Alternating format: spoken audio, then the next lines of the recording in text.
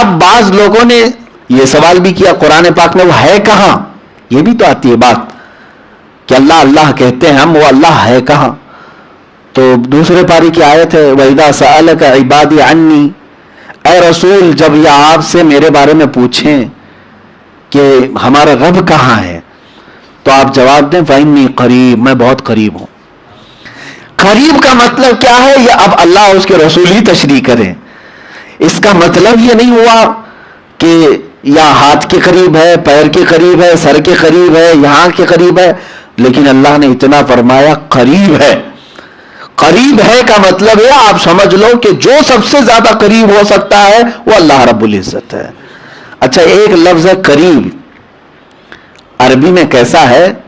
جیسے زیادہ ہے، زیادہ اور اس سے بھی زیادہ بولنا ہے تو افعال کا صیغہ استعمال کیا جاتا ہے۔ جیسے کثیر ہے اور اس زیادہ بولنا ہے تو اکثر بولا جاتا ہے۔ بات سمجھ میں آ رہی؟ کثیر ہے اس کا زیادہ کرنا ہے اور زیادہ کرنا ہے تو کیا کریں گے؟ اکثر۔ تو اب اللہ تعالیٰ نے ایک جگہ پر میں قریب ہے، میں قریب ہوں آپ کے فرما دیں، اور ایک دوسری جگہ رب تعالیٰ فرماتا ہے نحن اقرب الیہ من حبل الورید۔ اقرب ایک ہے قریب اور ایک اقرب، بہت زیادہ قریب ہو تو اس کو اقرب کہیں گے۔ رب تعالیٰ فرماتا ہے میں تو تمہاری شہرگ سے زیادہ قریب ہوں۔ شہرگ جو انسان کی اگر وہ ایک آن کے لیے رک جائے تو انسان کی زندگی ختم ہے، وہ جتنی قریب ہے تم سے اللہ فرماتا ہے میں اس سے زیادہ تم سے قریب ہوں۔ اب اس سے زیادہ قریب ہے تو اب وہ کہاں ہے یہ سب پوچھنے کی ضرورت نہیں ہے، اب بلکہ اتنا ہے کہ وہ بہت قریب ہے۔ اللہ قریب ہے، جسم و جسمانیت اور مکان و مکانیت سے پاک ہے۔ جو لوگ یوں کہتے ہیں اوپر والا جیسا چاہے گا، وہ کیا صرف اوپر والا ہے؟ اس طرح کے الفاظ استعمال نہ کیا جائے۔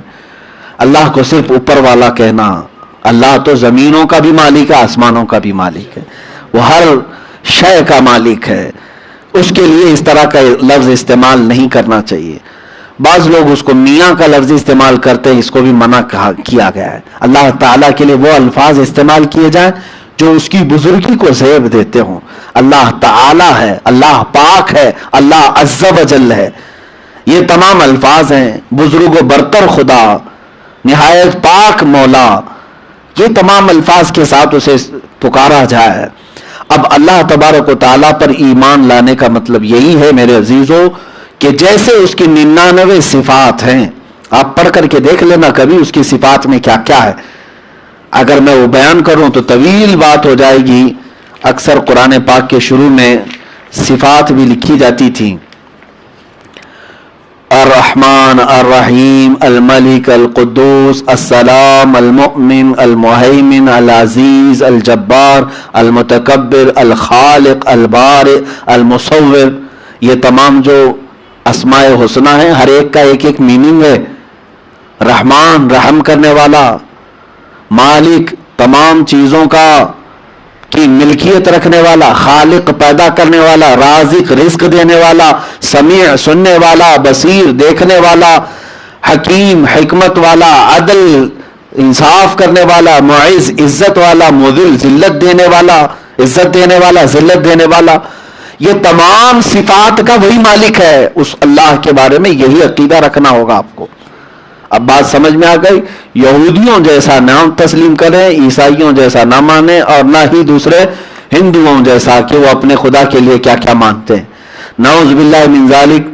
بعض قومیں ایسی بھی ہیں جنہوں نے اپنے خدا کے لیے جو عقائد رکھے نا وہ میں بتاؤں تو اپنے خاندان کے لیے بھی آپ برداشت نہیں کریں گے۔ ہاں کتابوں میں موجود ہیں کہ کبھی کبھار، میں اپنی بات نہیں کر رہا ہوں، ان قوموں پر مجھے افسوس ہوتا ہے جو خدا بھی کہتے ہیں، اس کی عبادت بھی کرتے ہیں، اور کہتے ہیں کبھی اس کو فلاں عورت پر پیار آیا تو وہ نیچے اتر آیا اور اس کو بھگا کر لے گیا۔ نعوذ باللہ من ذالک۔ خدا کے بارے میں تم یہ یقین رکھتے ہو؟ وہ کیسا خدا ہے؟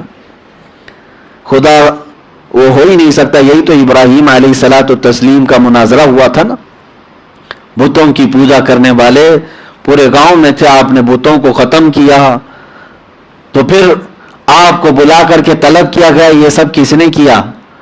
تو ابراہیم علیہ السلام نے کیا کہا؟ ان کے بڑے نے کیا ہے۔ وہ اپنی جانی مراد لے رہے تھے اور ایک بڑے بت کو چھوڑا ہوا تھا. تو آپ نے فرمایا کہ لوگوں نے کہا ان کے بڑے نے مطلب ان کا جو بڑا خدا ہے اس نے سارے چھوٹوں کو مار ڈالا کہ میں اکیلا ہی اب راج کروں گا. تو ابراہیم علیہ السلام نے کہا کہ اس سے کیوں نہیں پوچھ لیتے, ایک تو موجود ہے نا, باقی سب کٹے پیٹے ہیں, ایک تو موجود ہے, ایک بڑا ابھی بھی بچا ہوا ہے, اس سے پوچھ لو باقی تمہارے چھوٹے گنڈوں کو کس نے مارا ہے. تو ابراہیم علیہ السلام کی اس بات پر وہ آگ بگولا ہو گئے, کہنے لگے کیا ہم اس سے بات کریں گے, وہ بولے گا, وہ کیسے بتائے گا. تب ابراہیم علیہ السلام نے کیا کہا, اف لکم, افسوس ہے تم پر, تم ایسے کی عبادت کرتے ہو جو تم کو کچھ نفع بھی نہیں دے سکتا, نقصان بھی نہیں دے سکتا. کیسی عبادت کرتے ہو تم.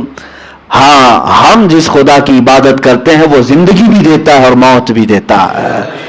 میں معذور ہوں تو مجھے صحت بھی وہی دیتا ہے, میں اگر بھوکا ہوں تو مجھے رزق بھی وہی دیتا ہے, ننگا ہوں تو لباس بھی وہی دیتا ہے, میں اس کی زمین پر چلوں تو میری ہواؤں کا انتظام بھی وہی کرتا ہے. میں نے اس خدا کو سب سے برتر و بالا مانا ہے.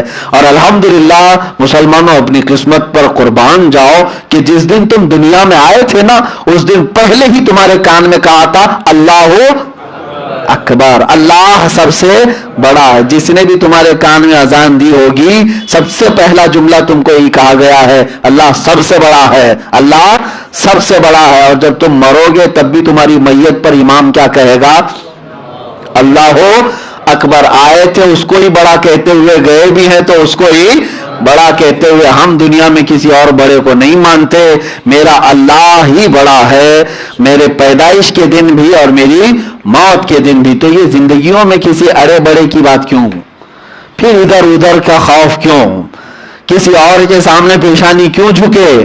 جب تم دنیا میں آئے تھے اللہ اکبر کہتے ہوئے جانا بھی ہے, اللہ اکبر کہتے ہوئے. تو انشاءاللہ العزیز اس بات پر اگر تم اڑے رہو گے تو پھر بہت سارے بڑے بڑے آپ کے سامنے گڑے ہوئے ہوں گے انشاءاللہ العزیز. کیوں, اللہ تبارک و تعالیٰ کو جس نے اعلیٰ اکبر کہا اس کے متعلق ہے لا خوف علیہم ولا هم یحزنون. اب ان پر دنیا کا کوئی خوف نہیں ہوگا اور آخرت میں ان کو کوئی غم بھی نہیں ہوگا. اس بات کو لے کر چلے, اللہ پر ایمان لانا ہے. اور کیسے, وہ اللہ سب سے بڑا ہے.